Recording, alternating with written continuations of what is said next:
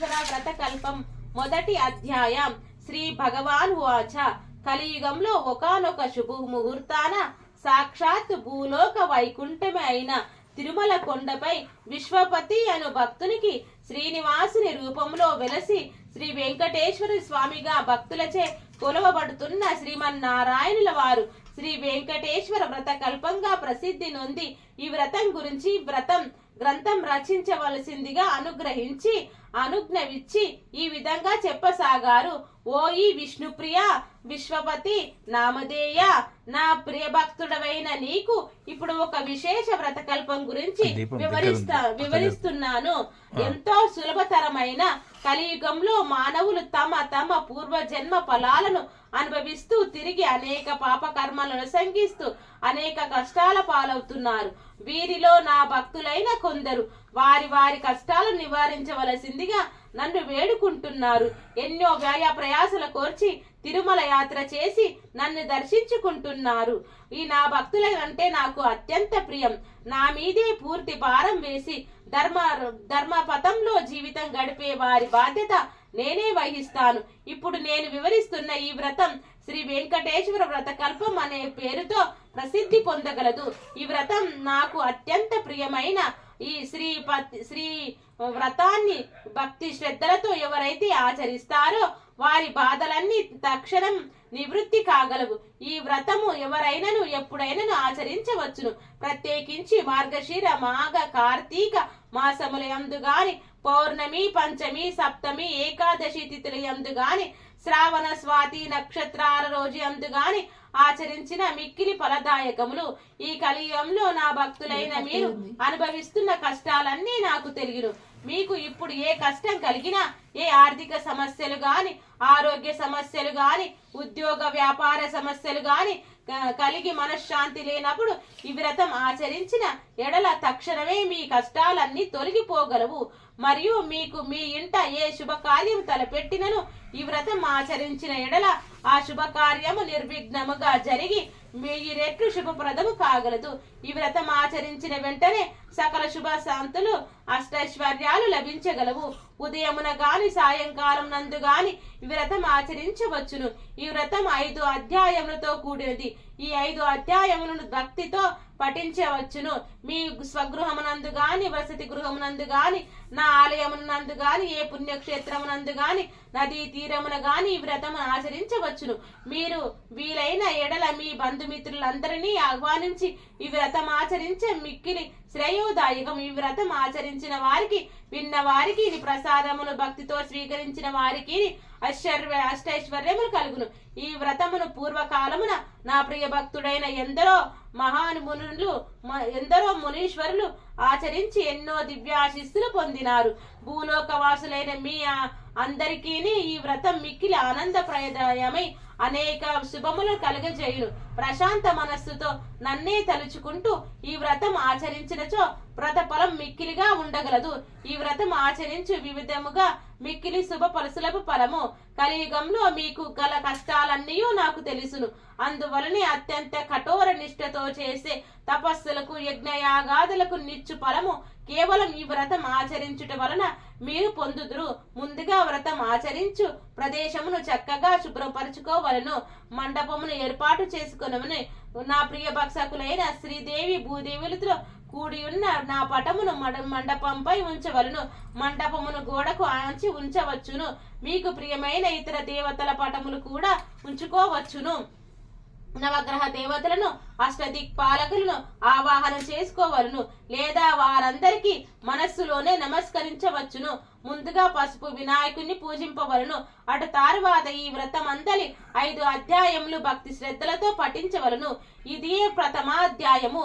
మిగిలిన 4 అధ్యాయములు నాకు అత్యంత ప్రీతిపాత్రులైన విశ్వామిత్ర, వశిష్ఠ, భరద్వాజ, అత్రి మునీశ్వరులు ప్రవర్తించారు.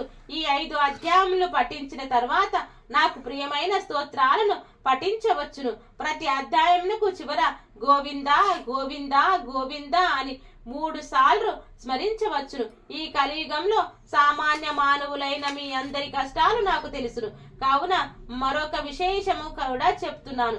ఈ వ్రతమును ఎంత వివరముగా చేసుకున్న శక్తి లేని వారు మీరు ఒక్కరై నా పటమును ఎదురుగా ఉంచుకొని విఘ్నేశ్వరుని నవగ్రహ దేవతలను అష్టదిక్పాలకును మనసులోనే నమస్కరించి ఈ 5 కథలను పఠించి మీకు వీలున్న ఏ ఫలమునైనను నాకు నివేదించి ప్రసాదముగా స్వీకరించవచ్చును.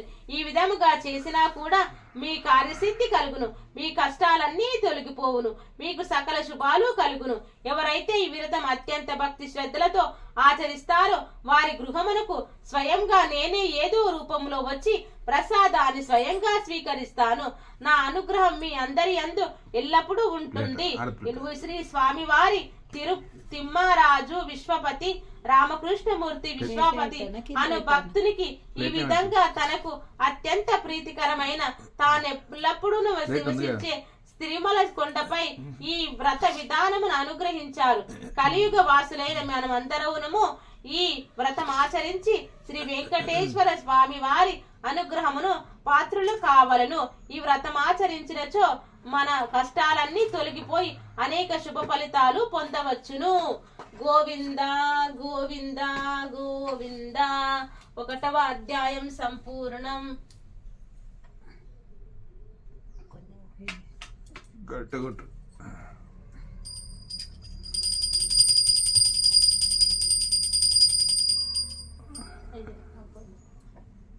అధ్యాయం శ్రీ విశ్వామిత్ర ఉవాచ. ఈ అధ్యాయమున మనకు మహాసంపన్నులైనటువంటి సాక్షాత్తు శ్రీ విశ్వామిత్రుల వారు అనుగ్రహించారు. ఓ కలియుగ వాసులారా, శ్రీనివాసుని ప్రియభక్తులారా, మీరు ఆచరిస్తున్న ఈ శ్రీ వెంకటేశ్వర వ్రతం కల్పము అతి పవిత్రమైనది, మహామహిమాన్వితమైనది. కలియుగంలో ఆ శ్రీమన్నారాయణ్ణి కరుణ కటాక్షాలు పొందడానికి మిక్కిలి సులభ మార్గము. పూర్వకాలమున అనేక మంది శ్రీవారి భక్తులు ఈ వ్రతమాచరించి తమ అభిష్ట సిద్ధి పొంది ఉన్నారు. ఇంత సులభతరమైన వ్రత కల్పము మనకు అనుగ్రహించిన ఆ శ్రీ వెంకటేశ్వర స్వామి వారికి ముందుగా మనం అందరమును నమస్కరించవలెను. పూర్వకాలమున మగధ సామ్రాజ్యంలో విష్ణు చిత్తుడనే శ్రీహరి ప్రియ భక్తుడైన ఉండేవాడు. అతనికి 9 మంది స్త్రీ సంతానం కలిగిరి. ఎంతో పాండిత్యం కలిగినను మిక్కిలి పేదరికంలో బాధపడుచుండువాడు. విష్ణు చిత్తునికి భార్య తారామతి ఎల్లప్పుడూ శ్రీమన్నారాయణ్ణి ప్రార్థిస్తూ ఉండేది. అప్పుడప్పుడు వివాహాది శుభకార్యాలు పౌరోహిత్య కార్యక్రమాల్లో దక్షిణగా వచ్చేది కొద్ది సొమ్ముతో ఎంతో కష్టాలు పడుతూ కాలపురం సాగిస్తున్నారు. ఆ దంపతుల కుమార్తెలకు యుక్త వయసు సమీపించింది. తారామతికి ఎప్పుడూ వీరి వివాహం ఎట్లా జరిపించవలనా అని చింతగా ఉండేది. ఆ శ్రీనివాసుడే ప్రార్థిస్తూ కాలం గడుపుతుండేది. ఓ శ్రీనివాస భక్తులారా, ఆశ్రిత జనరక్షకుడైన ఆ శ్రీ వెంకటేశ్వర స్వామి వారికి తమ భక్తులన్న అపార ప్రియమని మనందరికీ తెలియను కదా. ఆనాడు మాఘ పౌర్ణమి ఉదయమే ఒక వృద్ధ బ్రాహ్మణునికి విష్ణు చిత్తుని ఇంట తలుపు తట్టాడు. అయ్యా, నేను వంగదేశపు వాసిని. ఒక యజ్ఞం నిమిత్తం వెళుతూ దారి మధ్యలో ఈ దేశం వచ్చాను. దయచేసి ఈ ఒక్కరోజు మీ ఇంట్లో ఉండవచ్చినచో తిరిగి రేపు ఉదయమే వెళ్ళిపోగలను అని విష్ణు చిత్తుని ఆర్జించాడు. అందుకు విష్ణు చిత్తులు, స్వామి, అంతకు మించిన అదృష్టం మాకేమున్నది? అతిథి సాక్షాత్తు శ్రీమన్నారాయణతో సమానమని మన పురాణాలు ఘోషిస్తున్నాయి కదా. తమరు ఎటువంటి సంకోచము లేకుండా మా ఇంటిలో తప్పక ఉండవలసింది అని ఆ ముసలి బ్రాహ్మణుడిని లోపలికి తీసుకువచ్చి సపర్యలు గావించాడు. ఆ రోజు మధ్యాహ్నం భోజనానంతరం ఆ వృద్ధ బ్రాహ్మణుడు తారామతితో ఇలా అన్నాడు. ఏమమ్మా దిగాలుగా ఉన్నావు? ఏమిటి నీ బాధ? ఏమి సంకోచించకుండా చెప్పు అన్నాడు. అప్పుడు తారామతి, స్వామి, తమరు తపస్సంపన్నులు, తేజస్సుతో సాక్షాత్ ఆ వైకుంఠ వాసుని మాదిరిగా ఉన్నారు. మీ వద్ద దాచేదేమున్నది? నా మనోవేదంతా నా పుత్రికల వివాహం గురించియే అని వివరించుచున్నాడు. అంతటా విష్ణు చిత్రుడు చిరునవ్వు నవ్వి, తల్లి, నీ బాధ నేను గ్రహించితిని. నీ కష్టాలన్నీ తొలగిపోయి కుమార్తెలకు శుభప్రదములకు వివాహం కలుగుటకు ఒక అద్భుతమైన వ్రతం నీకు చెబుతున్నాను. ఈ వ్రతం ఆచరించిన మీ కష్టాలన్నీ పటాపంచలు కాగలవు. శ్రీ వెంకటేశ్వర వ్రత మహత్యము మిక్కిలి సులభతరము అని చెప్పి ఈ వ్రత విధానం అంతయు దంపతులకు వివరించాడు. అంతటా విష్ణు చిత్తుడు స్వామి మహా సంతోషం, ఇంతకు మించి మహాభాగ్యం ఏముంటుంది, ఎన్నో రోజుల ఎందుకు శుభస్య శీఘ్రం అన్నారు కదా. పద మా పెద్దలు, ఈ రోజు మన మాఘ పౌర్ణమ ఎంతో శుభదనము, ఈ రోజే తమరు సెలవిచ్చిన శ్రీ వెంకటేశ్వర వ్రతము ఆచరించెదను అని విష్ణు చిత్తులు తారామతి దంపతులు తమ కుమార్తెలందరితో కలిసి ఆ రోజు సాయంకాలముననే బంధుమిత్రులను పిలుచుకుని శ్రీ వెంకటేశ్వర వ్రతమును అత్యంత భక్తి శ్రద్ధలతో ఆచరించారు. వచ్చిన భక్తులందరూ వ్రతము పూర్తి అయిన పిమ్మట తీర్థ ప్రసాదాలను స్వీకరించి తమ తమ గృహాలకు వెడలిరి. అప్పుడు విష్ణు చిత్తుల వారు భార్యా సమేతంగా ఆ బ్రాహ్మణోత్తనికి పాద నమస్కారములు గావించి తమ దంపతులను ఆశీర్వదించవలసిందిగా వేడుకున్నాడు. అప్పుడు ఆ బ్రాహ్మణుడు వ్రత తీర్థ ప్రసాదాలను తానును స్వీకరించి మనోభిష్ట సిద్ధిరస్తు, శ్రీ లక్ష్మీ శ్రీనివాస కటాక్ష సిద్ధిరస్తు అని ఆశీర్వదించాడు. ఇంతలో చీకటి పట్టిన నిద్రా సమయమైనది. అంతటా విష్ణు చిత్తుడు ఆ బ్రాహ్మణునికి ఒక చిరిగిన దుప్పటిని ఇచ్చి కన్నీళ్ల పర్యాతంగా, స్వామి కడు పేదవాడిన నా వద్ద ఇంతకు మించి మంచి దుప్పటి లేదు, ఈ రాత్రికి నన్ను క్షమించి దీని అందే విశ్రమించవలసింది అని చెప్పాడు. అందుకు ఆ బ్రాహ్మణుడు చిరునవ్వు నవ్వి ఏమీ చింతించవలసింది అని చెప్పి తన బయట వసారాలో పడుకున్నాడు చెప్పాడు. కొద్దిసేపటికి అందరూ నిద్రకు ఉపక్రమించాడు. రాత్రి 4వ జామున ఉరుములు మెరుపులతో పెద్ద వర్షం మెరిసింది. కంటికి కటిక చీకటి గాఢాంధకారంలో కంటికి ఏమీ కానరావట్లేదు. విష్ణు చిత్తునికి బయట పడుకున్న ఆ ముసలి బ్రాహ్మణుడు ఎలా ఉన్నాడో అని బెంగగా ఉంది. కానీ ఈ గాఢాంధకారంలో ఏమి కనిపించక ఎల్లప్పుడూ ఎప్పుడు తెల్లవారుతుందా అని రాత్రి పడిగాపు గడిపారు. ఆ కుటుంబం అంతా ఇంతలో తెల్లవారింది. వానం తేలిక పడింది. బయట బ్రాహ్మణుడు ఏమైనాడో, ఎంత బాధపడ్డాడో అనుకుంటూ బయటకు వచ్చి ఆ దంపతులకు అద్భుత దృశ్యం కనిపించింది. అక్కడ విప్రోత్తముడు లేడు. చిరిగిన దుప్పటి స్థానంలో పట్టు పీతాంబరం ఉంది. ఆ పీతాంబరంపై శ్రీ వెంకటేశ్వర స్వామి వారి విగ్రహం చిరునవ్వుతో కనిపించింది. జరిగినదంతా ఆ దంపతులకు అర్థమైంది. వారి ఆనందానికి అవధులు లేవు. వచ్చింది సాక్షాత్ ఆ శ్రీమన్నారాయణుడే. ఏమి మన భాగ్యం. కానీ ఆ స్వామి వారిని గ్రహించలోకి పోతిమే. చివరికి చిరిగిన దుప్పటి ఇచ్చినామని తలుస్తూ శ్రీ స్వామివారి విగ్రహాన్ని కళ్ళకద్దుకొని ఇంట్లోకి వచ్చారు. ఇల్లంతా స్వర్ణమయంగా కనిపించింది. అంతటా ధనరాశులే. శ్రీ వెంకటేశ్వర స్వామి వారి వ్రత కల్ప మహత్యం వలన కదా ఇదంతయు జరిగినది అని ఆ స్వామిని అనేక విధాలుగా స్తుతించారు. చూశారా, సాక్షాత్తు శ్రీ స్వామి వారే ఆ భక్తుని ఇంటికి అతిథి రూపంలో వచ్చి వ్రత విధానము చెప్పడమే కాకుండా తీర్థ ప్రసాదాలను కూడా తానే స్వయంగా స్వీకరించాడు. శ్రీ స్వామి వారి అంతటి కరుణామయుడు. ఎవరైతే భక్తి శ్రద్ధలతో ఈ వ్రతం ఆచరిస్తారో వారందరికీ తానే స్వయంగా ఏదో రూపంలో వస్తాడు. మీరందరూ కూడా ఈ వ్రతాన్ని ఆచరించి స్వామి వారి కరుణా కటాక్షాలు పొందండి. శ్రీ లక్ష్మీ సమేత కటాక్ష శ్రీ లక్ష్మీ శ్రీనివాస కటాక్ష సిద్ధిరస్తు అని విశ్వామిత్రుల వారు సెలవిచ్చారు. గోవింద గోవింద గోవింద.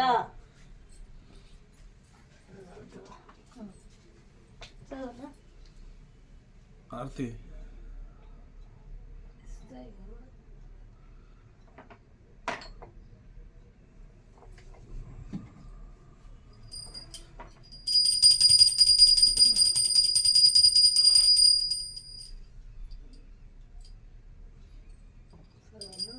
మూడవ అధ్యాయం. ఈ అధ్యాయాన్ని తపోనిష్ట గరిష్ఠులైన శ్రీ వశిష్ఠ మునీశ్వరుల వారు శ్రీమన్నారాయణుల వారి అనుగ్రహంతో మనకు వివరించారు. ఓ కలియుగ వాసులారా, శ్రీనివాసుని ప్రియభక్తులారా, వైకుంఠంలోని శ్రీమన్నారాయణుడే నేటి తిరుమల శ్రీ వెంకటేశ్వరుడు. కలియుగ వాసులైన మీ అందరి కష్టాలను తీర్చడానికి స్వామి మీకు అతి చేరువలో ఈ తిరుమల కొండపై అవతరించాడు. ఆ స్వామివారిని ప్రసన్నం చేసుకోవడానికి ఈ వ్రతం మిక్కిలి సులభతరం. ఈ వ్రతం భక్తి శ్రద్ధలతో ఆచరించిన వారు సకల సౌభాగ్యాలకు అనుభవిస్తారు. పూర్వకాలంలో అవంతి దేశంలో భాగ్యనగరం అనే పట్టణం ఉండేది. పేరుకు తగినట్లుగానే ఆ పట్టణంలో అనేక మంది భాగ్యవంతులు ఉండేవారు. అయితే వారు తమ తమ సంపదలను చూసుకొని గర్విస్తూ మిగిలిన సామాన్యులను అతిహీనంగా చూసేవారు. ఆ ఐశ్వర్యమంతా తమ గొప్పేనని తలుస్తూ నిత్య పూజలు కాదు కదా, విశేష రోజులలో కూడా ఏ పూజలు చేసేవారు కాదు. ఆ సృష్టికర్త శ్రీమన్నారాయణకి వీరందరికీ జ్ఞానోదయం కలిగించాలని తోచింది. ఒక రోజున ధనవంతులందరూ అనేక విందు విలాసాలతో మునిగి తేలుతున్నారు. ఆ పట్టణ తూర్పు వీధులలో గల శ్రీ లక్ష్మీనారాయణ ఆలయంలో కనీసం దీపం వెలిగించే నాదుడు కూడా కరువయ్యాడు. ఆ రోజు తొలి ఏకాదశి, అత్యంత పర్వదినం. కానీ ఆ పట్టణంలో ఒక్కరు కూడా ఆలయాన్ని పూజాధికారులు నిర్వహించాలని ఆలోచించట్లేదు. సాయంత్రం ఉన్నట్లుండి దట్టమైన మబ్బులు కమ్ముకున్నాయి. బ్రహ్మాండమైన కుంభవృష్టి, వ్యాపారాలందరి ఇల్లు నీట మునిగిపోయాయి. అంతా గాఢాంధకారం. తెల్లవారేసరికి ఊరంతా నేలమట్టమైంది. వ్యాపారులు ఇళ్ళన్నీ కూలిపోయి అన్ని ఐశ్వర్యాలు పోయి చివరికి కట్టుబట్టలతో మిగిలారు. ఎందుకీ ఉపద్రవం, ఎందుకీ జల ప్రవలయం, ఎవరికి అంతుబట్టట్లేదు. అంతలో వారికి ఒక విశేషం కనిపించింది. ఊరి చివరన ఉండే పూరిపాకలు చెక్కు చెదరకుండా ఉన్నాయి. వారికి ఆశ్చర్యం కలిగింది. ఇంత కుంభవృష్టిలోనూ ఈ పూరిపాకలు ఎలా ఉన్నాయి అని వారిలో వారు అనుకుంటుండగా ఇంతలో ఒక పెద్ద మనిషి మెరుపు మెరిసింది. ఆకాశవాణి ఇలా పలికింది: ఓ మూర్ఖులారా, మీ సంపదలన్నీ మీ గొప్పతనమని తలుచుకొనుట వలన ఇలా జరిగింది. ఆ పూరి గుడిసెలో నివసించే దేవయ్య నాకు ప్రియభక్తుడు. అతి సామాన్యుడైన దేవయ్య ప్రతిరోజు మీ ఊరిలోని శ్రీ లక్ష్మీనారాయణ ఆలయంలో దీపం వెలిగిస్తున్నాడు. అంతేకాక ప్రతి ఏకాదశి నాడు తనకు వీలున్నంతలో శ్రీ వెంకటేశ్వర వ్రతకల్పాన్ని నిర్వహిస్తున్నాడు. ఆ వ్రతం ఫలితంగానే తనతో పాటే ఆ గుడిసెలలో వారందరూ రక్షింపబడ్డారు. మీరందరూ కూడా ఈ వ్రతం ఆచరించిన ఎడల మీ ఐశ్వర్యాలు తిరిగి పొందగలరు అని వివరించింది. వెంటనే వారందరూ ఆ ఆలయానికి వెళ్ళి తక్షణమే అందరూ తలొక పనికి పూనుకొని శ్రీ వెంకటేశ్వర వ్రతకల్పాన్ని ఆచరించారు. ఆ వ్రతం ఫలితంగా అందరి గృహాలు పూర్వ రూపంలో కనిపించాయి. అది మొదలుగా ఆ వర్తకులందరూ శ్రీవారి భక్తులే. ప్రతి ఏకాదశి నాడు శ్రీ వెంకటేశ్వర వ్రతకల్పాన్ని ఆచరిస్తూ బతికినంత కాలం సుఖ సౌభాగ్యాలతో ఉండి చివరికి ముక్తిని పొందారు అని వశిష్ఠుల వారు వివరించారు. గోవిందా గోవిందా గోవిందా. 3వ అధ్యాయం సమాప్తం.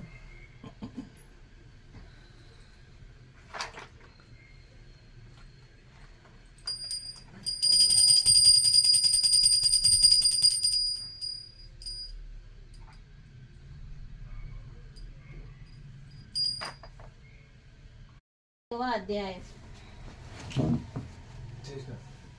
శ్రీమన్నారాయణునికి అత్యంత ప్రీతికరమైనటువంటి శ్రీ వెంకటేశ్వర వ్రతకల్పంలోని 4వ అధ్యాయం. మహామునీశ్వరుడు శ్రీ భరద్వాజ మహర్షుల వారు ఈ విధంగా చెబుతున్నారు: ఓ కలియుగ వాసులారా, శ్రీమన్నారాయణ ప్రియభక్తులారా, మీరు ఆచరిస్తున్నటువంటి శ్రీ వెంకటేశ్వర వ్రతకల్పం అద్భుతమైనది. మీ కోరికలన్నిటినీ తక్షణమే తీర్చగల ఉపాయము, శ్రీ వెంకటేశ్వరుని ప్రసన్ను గావించుకోవడానికి అత్యంత సులభతర మార్గం ఇది.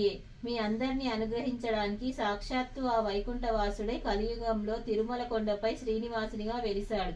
ఎన్నో జన్మల పుణ్యఫలం చేత గాని తిరుమల కొండపై కాలినాడడం సాధ్యం కాదు, స్వామి దర్శనం సాధ్యం కాదు. ఇదే విధంగా శ్రీ వెంకటేశ్వర వ్రత కల్పం ఆచరించే సంకల్పము కలుగుట కూడా ఎంతో పూర్వ జన్మ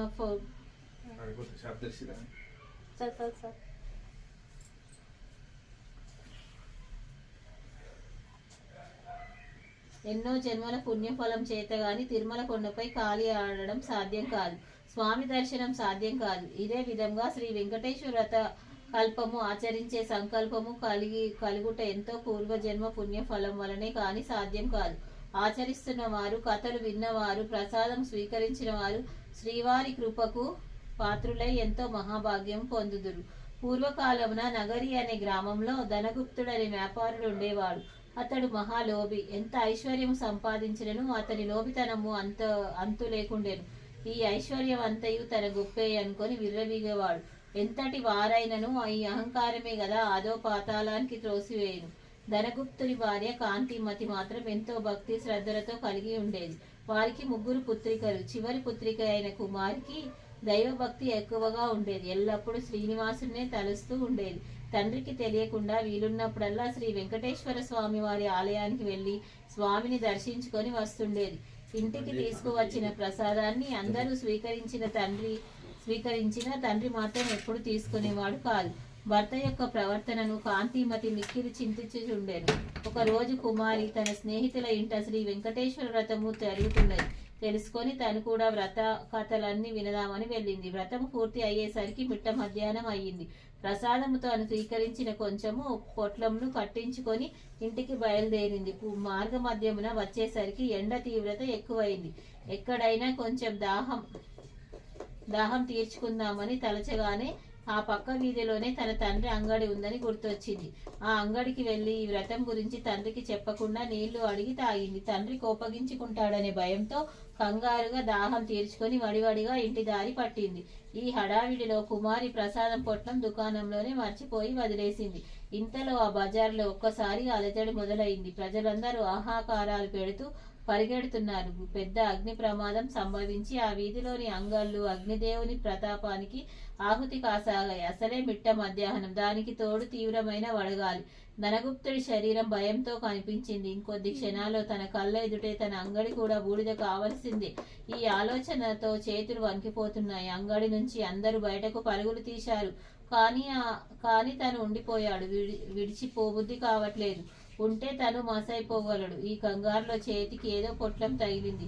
ఏ ఆలోచన లేకుండా తీసి నోట్లో వేసుకున్నాడు. తీయగా అనిపించింది. అంతేకాదు, మనస్సు కొంచెం స్థిమిత పడ్డట్టుగా తోచింది. అప్పుడే ఒక అద్భుత సంఘటన జరిగింది. మంటలన్నీ ధనగుప్తుడి ముందు దుకాణం ముందే ఆగిపోయాయి. ఒక్క నిప్పురవ్వ కూడా తన దుకాణంపై పడలేదు. ఏమి ఈ విచిత్రం, ఏమి ఈ మాయ? ధనగుప్తుడి నోట మాట రాలేదు. ఇంతలో ఆ వీధిలో అగ్ని ప్రమాదం జరిగిందని ఇంటిలో తెలిసిన భార్య కాంతిమతి కుమార్తెలతో సహా భయాందోళనతో శ్రీనివాసుని ప్రార్థిస్తూ అక్కడికి వచ్చారు. అంగడి వరకు వచ్చిన మంటలు పక్కనే ఉన్న అంగడి వద్దే ఆగిపోవడం చూసి సంభ్రమాశ్చర్యాలకు లోనయ్యారు. అప్పుడు కుమార్తెకు తను అంగడిలో మర్చిన పొట్లం గుర్తుకు వచ్చింది. ధనగుప్తుడు అంతకు ముందు తాను తిన్నది పొట్లంలోనే పరమార్థంగా గ్రహించాడు. కుమారి ఆ పొట్లం శ్రీ వెంకటేశ్వర స్వామి వారి ప్రసాదం అని తాను వ్రతంలో పాల్గొనటం అంతా వివరించింది. తాను స్వీకరించిన ప్రసాదం మహాత్యం వల్లనే తన ప్రమాదం నుంచి బయటపడినట్టు ధనగుప్తుడు గ్రహించాడు. శ్రీనివాసుని క్షమించమని చెంపలు వేసుకున్నాడు. సాయంకాలమే ఊరి వారందరిని పిలిచి శ్రీ వెంకటేశ్వర వ్రత కల్పము భక్తి శ్రద్ధలతో ఆచరించాడు.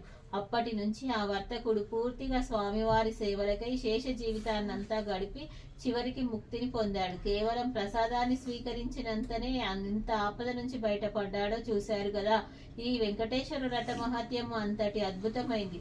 మీరందరూ వీలున్నప్పుడల్లా వ్రతం ఆచరించి శ్రీనివాసుని కృపకు పాత్రులు కావలసింది అని భరద్వాజుల వారు అనుగ్రహించారు. గోవింద గోవింద గోవింద.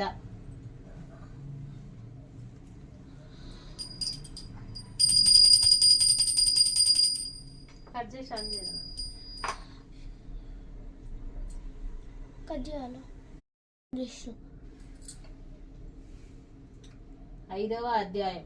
భూలోక వైకుంఠమే తిరుమల తిరుపతి. తిరుమలలో సమానమైన పవిత్ర ప్రదేశం గాని శ్రీ వెంకటేశ్వరునితో సమానమైన దైవం గాని ఇంతకు ముందు లేదని, ఇక ముందు ఉండబోదని పురాణాలు ఘోషించాయి. శ్రీనివాసునిగా వెలిసిన శ్రీమన్నారాయణునికి తన భక్తులంటే ఆలమాలిన ప్రేమ. ఎవరైతే తన మీద పూర్తి భారం వేసి నిత్యం తననే స్మరిస్తూ సత్ప్రవర్తన కలిగి జీవిస్తారో వారి యోగక్షేమాలు తానే వహిస్తాడు. అంతటి దివ్య దేవుని ప్రసన్నం చేసుకోవడానికి అత్యంత సులభతరమైన మార్గం శ్రీ వెంకటేశ్వర వ్రతకల్పం.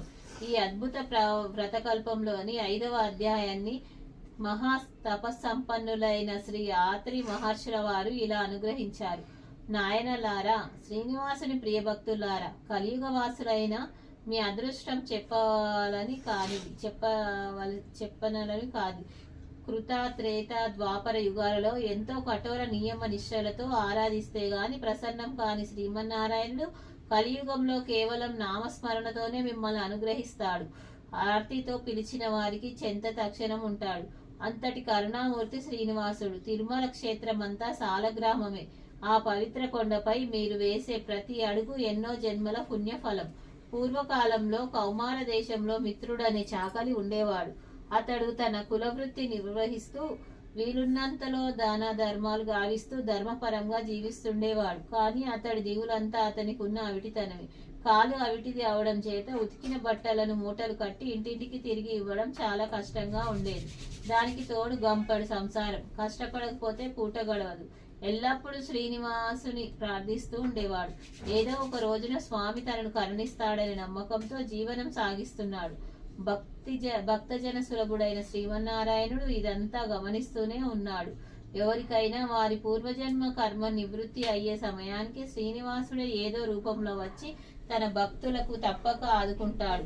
ఒక రోజు సాయంకాలం నాడు రోజులాగే మిత్రుడు చాకిరేవు నుండి బట్టల మూటలతో పట్టణానికి రొప్పుతూ తిరిగి వస్తున్నాడు. ఇంతలో మార్గ మధ్యంలో వాడికి ఒక ముసలి బ్రాహ్మణుడు తారసిల్లాడు. సహజంగా భక్తి శ్రద్ధలు కలవాడు. ఆపడం చేత మిత్రుడు భుజం మీద మూటలు కింద పెట్టి ఆ బ్రాహ్మణునికి నమస్కరించాడు. అంతటా ఆ విప్రోత్తముడు, నాయన, ఈ అవిటి కాలితో ఎంతో బాధపడుతున్నావు. నీ బాధ చూడటానికే కష్టంగా ఉంది. నువ్వెంత కష్టపడుతున్నావో కదా అని అన్నాడు. అప్పుడు మిత్రుడు, స్వామి, మీరెవరో మహానుభావులాగా ఉన్నారు. గంపడి సంసార భారం చేత నాకు ఈ పని తప్పటం లేదు. ఈ అవటితనం పోయే మార్గం ఏదైనా తెలియవలసిందే అని విన్నవించుకున్నాడు. అప్పుడు ఆ ముసలి బ్రాహ్మణుడు, నాయన, తప్పక చెబుతాను, సావధానంగా విను. నీ అవిటితనం పోవడమే కాకుండా నీకు ఐశ్వర్యాలు కలిగే వ్రతం ఒకటి చెబుతాను.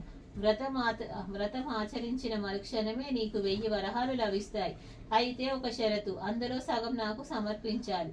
రేపు మళ్ళీ ఇదే సమయానికి ఇక్కడికి వస్తాను అని చెప్పాడు. అప్పుడు మిత్రుడు, స్వామి, ఇంతకు మించిన మహాభాగ్యం ఏముంటుంది? ఆ వ్రతం మీద ఈ రోజే ఆచరిస్తాను, సెలవీయండి అని ప్రార్థించగా ఆ బ్రాహ్మణుడు శ్రీ వెంకటేశ్వర వ్రతకల్పాన్ని వివరించాడు. మిత్రుడు రెట్టించిన ఉత్సాహంతో ఇంటికి వచ్చి ఈ విషయమంతా భార్యకు చెప్పి ఇరుగు పొరుగు వారిచి ఆహ్వానించి శ్రీ వెంకటేశ్వర వ్రతాన్ని ఆచరించి తీర్థ ప్రసాదాలు తాను స్వీకరించి వచ్చిన వారందరికీ పంచాడు. ఇంతలో ఇంటి బయట ఏదో కోలాహలం వినపడింది. మిత్రుడు కుమారుడు బయట నుంచి ఇంట్లోకి పరుగున వచ్చి, అయ్యా, రాజభటులు నీకోసం వచ్చారు. రాజుగారు నీకు కట్న కానుకలు పంపించారు అన్నాడు. ఇంతలో రాజభటులు వచ్చి మిత్రుడిని రాజుగారి ఆస్థానంలో చాకలిగా నియమించారని 1000 వరహాలు బహుమానంగా పంపారని చెప్పి మిత్రుడి చేతిలో 1000 వరహాల మూట పెట్టారు. ఒక వారం లోపల వచ్చి రాజుగారి కొలువులో చేరవలసిందిగా చెప్పాడు. మిత్రుడు ఆనందానికి అవధులు లేవు. వారం దాకా ఎందుకు, రేపే వెళ్ళాలి అని మూట ముళ్ళే సర్దుకొని మరుసటి రోజే తెల్లవారుజామునే ప్రయాణం అయ్యాడు. ఈ ఆనందంలో ముసలి బ్రాహ్మణుడి సంగతే మర్చిపోయాడు. దారి మధ్యలో గుర్తుకు రాగా 1 నెల తర్వాత కలవచ్చులే అనుకున్నాడు. వెళ్లి రాజస్థానంలో చేరాడు.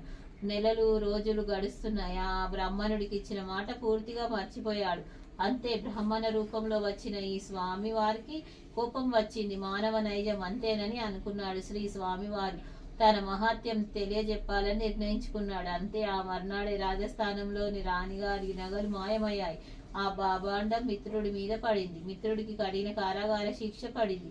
రాజభటులు మిత్రుడిని పలు విధాలు శిక్షించారు. ఎందుకు ఇలా జరిగింది, ఎందుకు అబాండం తన మీద పడింది అని తలుస్తున్న మిత్రుడికి ఆ రాత్రి స్వామిని కలలో కనబడి వృద్ధ బ్రాహ్మణుడి రూపంలో వచ్చింది తానేనని, తనకిచ్చిన మాట నిలబెట్టుకోకపోవడం చేతనే అలా జరిగిందని చెప్పాడు. అప్పుడు మిత్రుడు, స్వామి, నేను మిక్కిలి పాపాత్ముడిని, ఎంతటి అపరాధం చేశాను, దయచేసి నన్ను కరుణించండి. ఇక మీదట తప్పక ప్రతి నెల మీ వ్రతం ఆచరిస్తాను. నా సంపదలో సగభాగం ప్రతి నెల జీవితాంతం తమకే సమర్పిస్తాను అని చెంపలు వేసుకొని స్వామివారిని పరి విధాల వేడుకున్నాడు. భక్తజన సులభుడైన స్వామివారు అందుకు సంతోషించి మిత్రుడిని అనుగ్రహించాడు. శ్రీవారి అనుగ్రహం చేత రాణి నగలు వేరే ప్రదేశంలో మరుదినమే దొరికాయి. మిత్రుడు దొంగలించలేదని రాజు గ్రహించడం జరిగింది. మిత్రుడికి కారాగారం నుంచి వదిలేశారు. అప్పటి నుంచి మిత్రుడు స్వామివారికి ఇచ్చిన మాట ప్రకారం ప్రతి నెల శ్రీ వెంకటేశ్వర వ్రతం ఆచరిస్తూ తన సంపాదనలో సగభాగం స్వామివారికే సమర్పిస్తూ కలకాలం సుఖంగా జీవించి చివరన ముక్తిని పొందాడు అని ఆత్రి మహర్షుల వారు తెలియజేశారు. గోవింద గోవింద గోవింద. పంచమోధ్యాయం సమాప్తం. శ్రీ వెంకటేశ్వర స్వామిని నమః.